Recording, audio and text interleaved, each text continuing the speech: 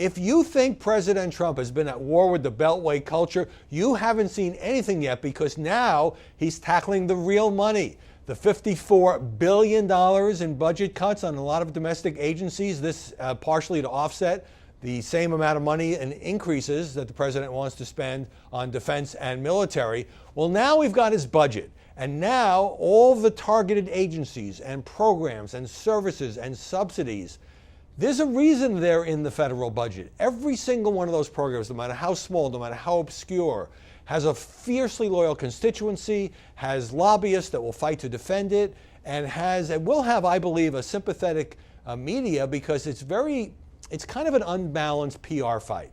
When you propose to cut federal spending, on the one hand, you're making an abstract argument. Government has gotten too big. We're living beyond our means.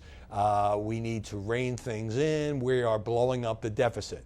On the other side, and these people all know how to make their case to the press, you've got potential victims, families, kids, poor people who legitimately will be deprived of services or programs that they have come to depend on. And so that is not always an even fight. Now, Ronald Reagan went through this in 1981. He got most of the cuts he asked for, but it was not as large as what President Trump is attempting now. And by the way, in the remaining 7 years of Reagan's term, government spending crept back up to higher levels, and he didn't end up abolishing a single government agency. Look at some of these headlines. Washington Post, massive cuts to the arts, science, and the poor. New York Times, Trump proposes eliminating the Arts and Humanities Endowment. BuzzFeed, slash and burn, with a big picture of Big Bird, because among the agencies or the subsidies that would be zeroed out is PBS. Republicans have tried this before, PBS, National Public Radio, and that sort of thing. And to give you a sense of the way the media cover these things, and look, it's a legitimate debate, a legitimate story. A lot of people, when you start yanking or reducing or slashing or eliminating government programs, a lot of people will lose things that are important to them. So Washington Post, if you're a poor person in America, Trump's budget is not for you. Talks about how low-income Americans get help with affordable housing, banking, weatherizing homes, job training, heating oil bills, home heating oil, and that kind of thing. New York Times says that some of the biggest budget losers will be Trump voters, because rural communities will lose grants and loans to build water facilities and keep airports open, according to the Times. And after school and summer programs will lose money, and lower income Americans will have less access to home energy aid, job training, and legal services.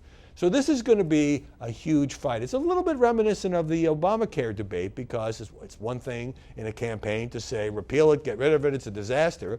Another thing when you try to design a program where 20 million people are not going to lose their coverage or end up with substantially less coverage.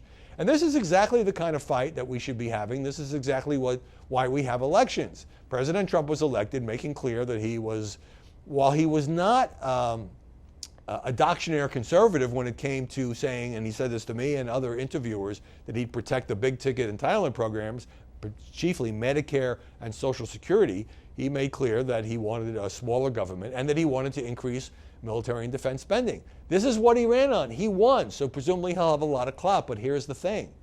One of the things that the defenders of these programs do is they find out how many jobs are affected in each congressional district, and then they can get even Republican lawmakers as well as Democratic, who are much more sympathetic to these big government programs, to fight. And this is going to be a real test of the Trump presidency, along with the travel ban and Obamacare and potentially tax cuts. Can he get, no president gets everything he wants, can he get most of these budget cuts through, or is Capitol Hill going to deal him a defeat? And that is going to be the story of the next few months.